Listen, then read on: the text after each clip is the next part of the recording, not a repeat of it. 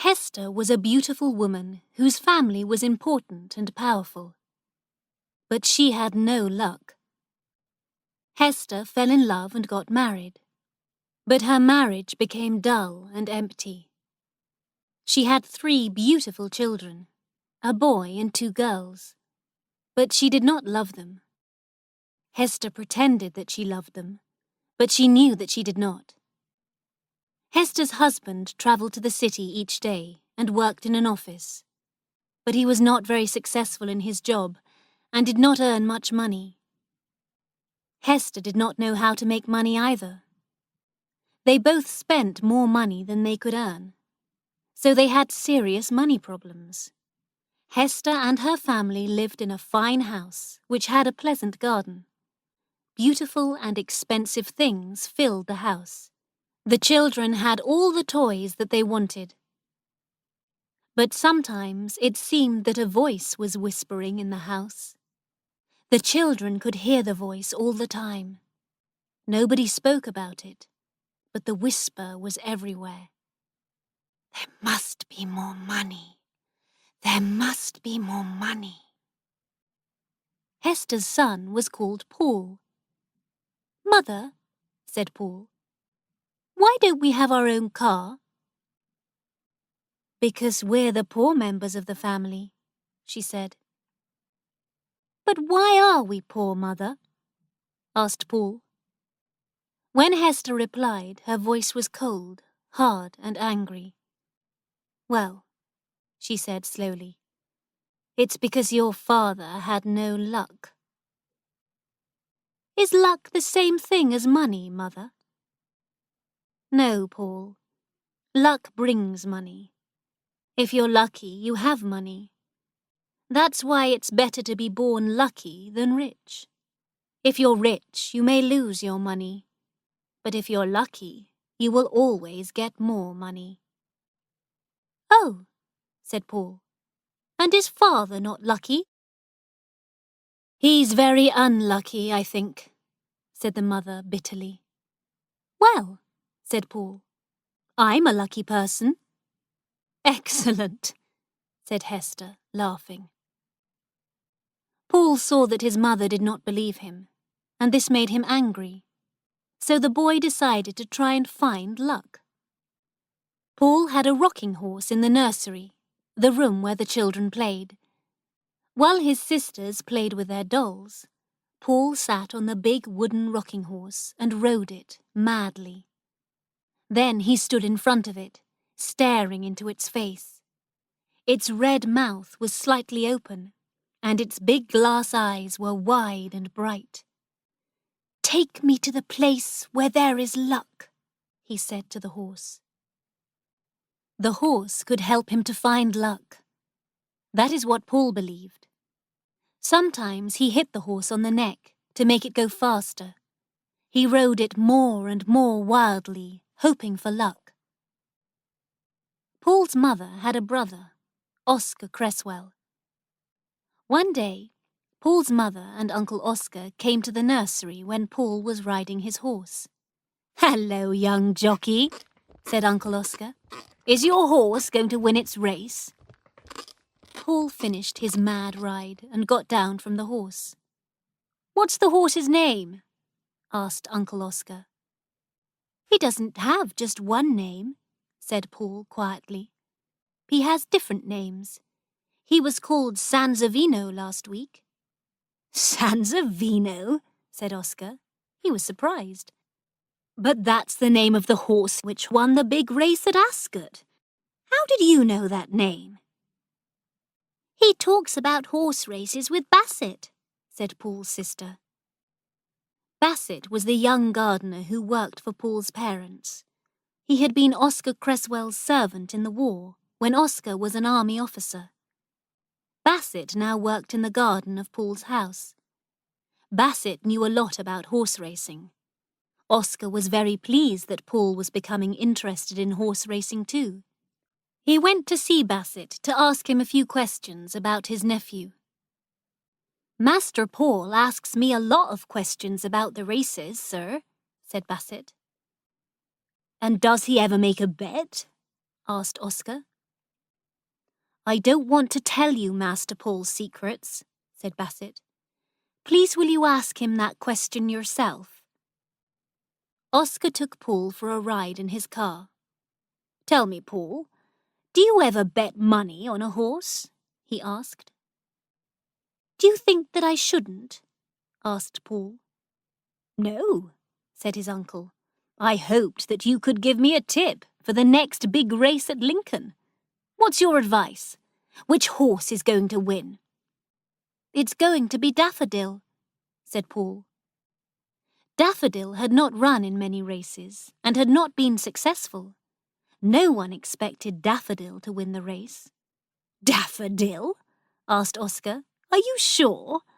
What about Mirza? I only know the winner, said Paul. That's Daffodil. You won't give the information to anybody else, will you, Uncle? I promised Bassett that I wouldn't tell anyone. Bassett and I are partners. We share our information with each other. Bassett lent me 5 shillings to bet on my first racehorse, Paul went on. But the horse lost. Then you gave me 10 shillings. I bet that money on a horse, and it won. So I thought that you were lucky. But you won't tell anyone else, will you? All right, said Oscar. I'll keep your tip about Daffodil a secret. How much money are you going to bet on Daffodil? £300, said the boy in a serious voice. Oscar was very surprised. £300 was a huge amount of money. He laughed. Where is your £300? He asked. Bassett keeps it safely for me, the boy replied. And how much is Bassett betting on Daffodil? Perhaps £150, said Paul. Oscar was silent. He was very surprised, but he was also very interested.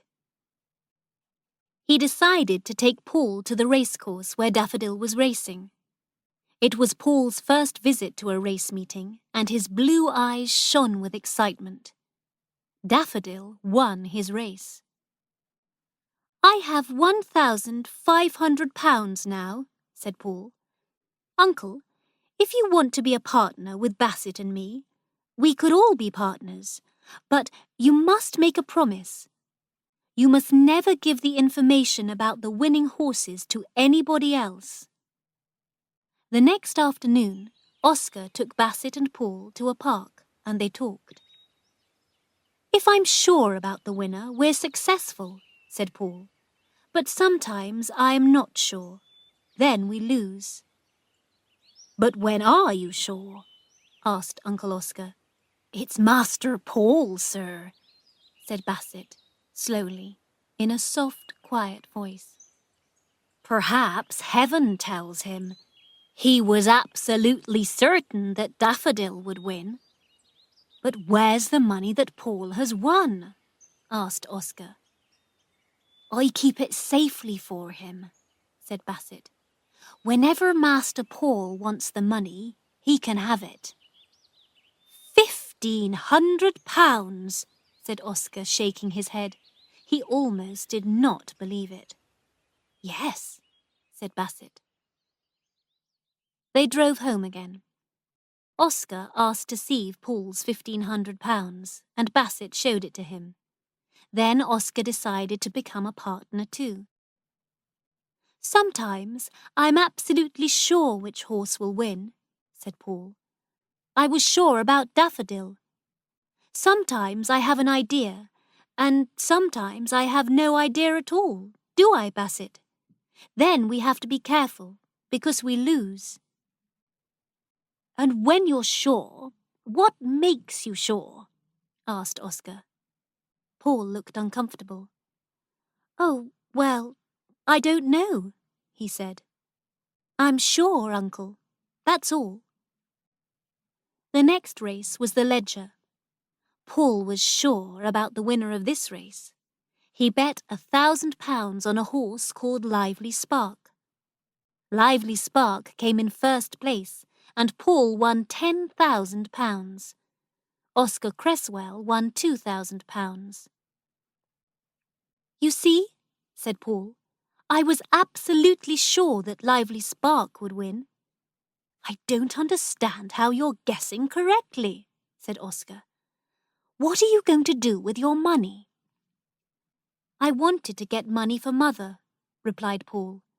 She said that she had no luck because Father is unlucky. I want to be lucky. Then I can stop the whispers in our house. Whispers in the house? Repeated Oscar in surprise. What do you mean? Oh, I don't know, said Paul. But the house never has enough money, and so it's always whispering. I want to stop the whispers, but I don't want Mother to know about my luck. She wouldn't let me bet on the horses.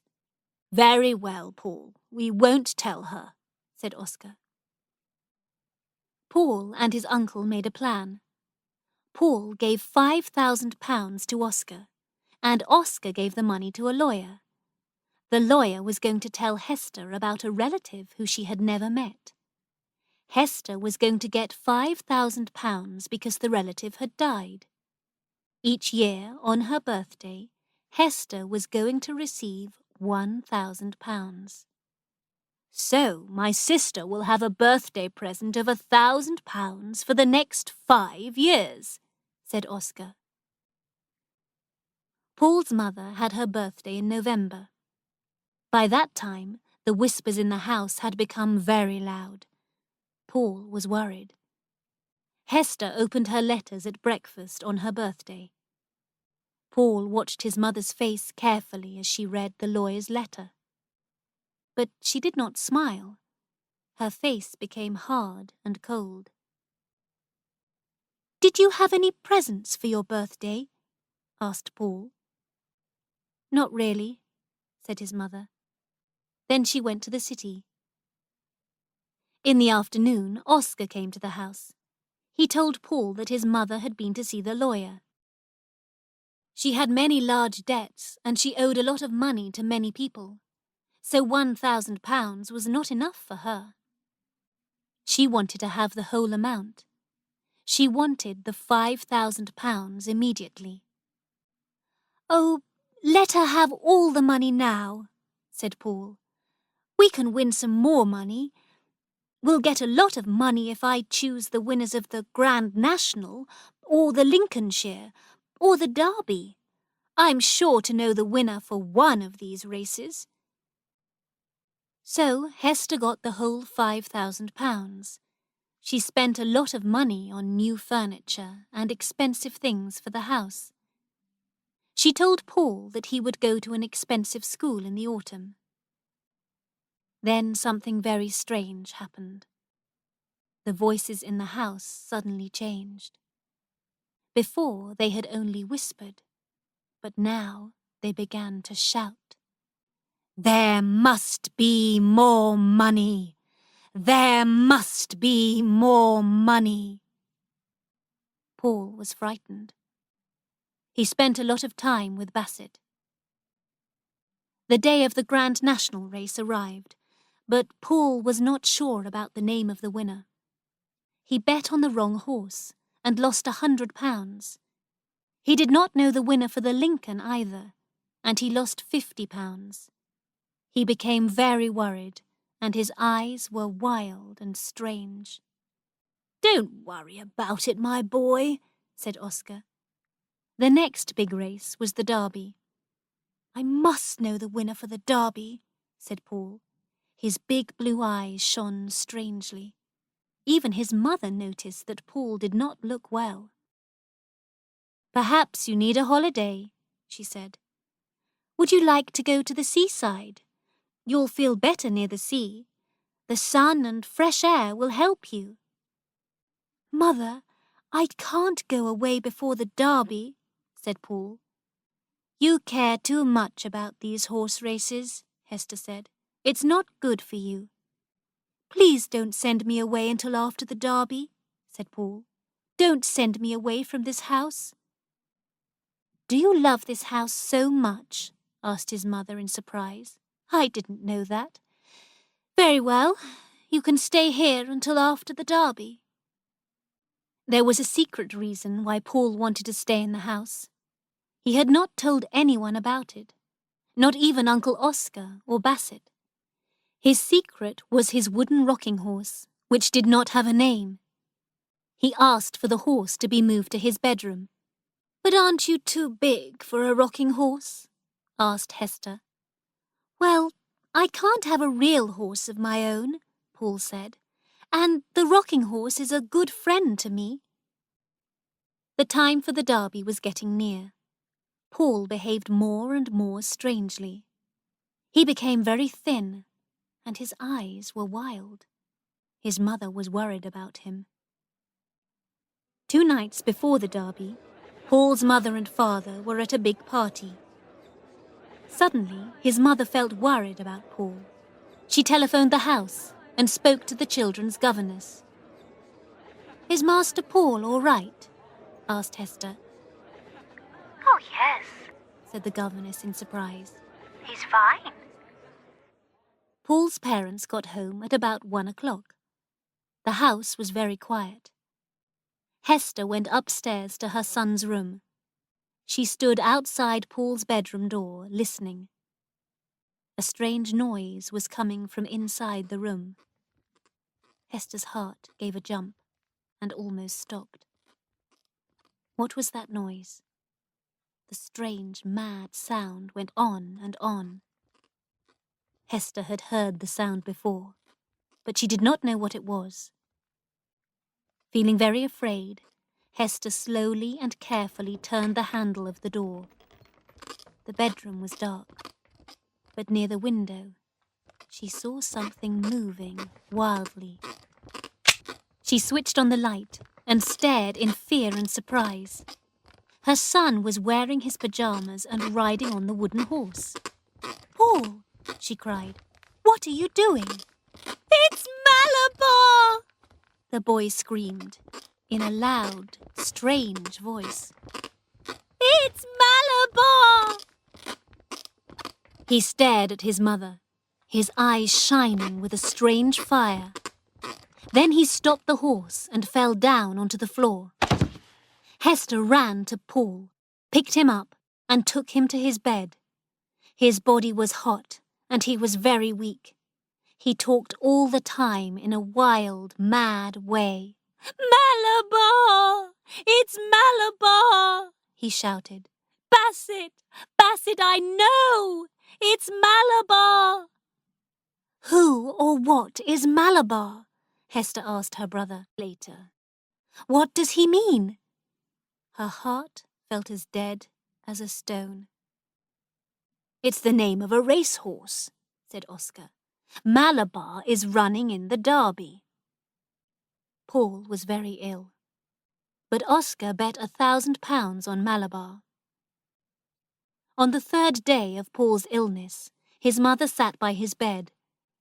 Paul was not asleep, and he was not awake. His eyes stared ahead, but saw nothing. They were like blue stones. His mother's heart felt like a stone, too. On the day of the derby, Bassett came into the house in the evening. He wanted to see Paul. Paul's parents agreed, and Bassett went into the boy's bedroom. "Master Paul," he whispered, "Malabar came in first. It won. I did what you told me to do. I bet on Malabar. You now have £80,000. Paul was very excited. He kept saying the same thing again and again. "Malabar! Malabar! Do you think I'm lucky, Mother? I knew Malabar, didn't I? £80,000. That's lucky, isn't it, Mother? If I can ride my rocking horse, then I can be sure of the winner. Mother, did I ever tell you? I am lucky." "No, you never told me," said his mother. Later in the night, Paul died. "My God," said Oscar Cresswell to his sister. "You've got £80,000, but you've lost your son." Perhaps it's good that he's dead. Now Paul is at peace. He'll never have to ride a rocking horse again to find a winner.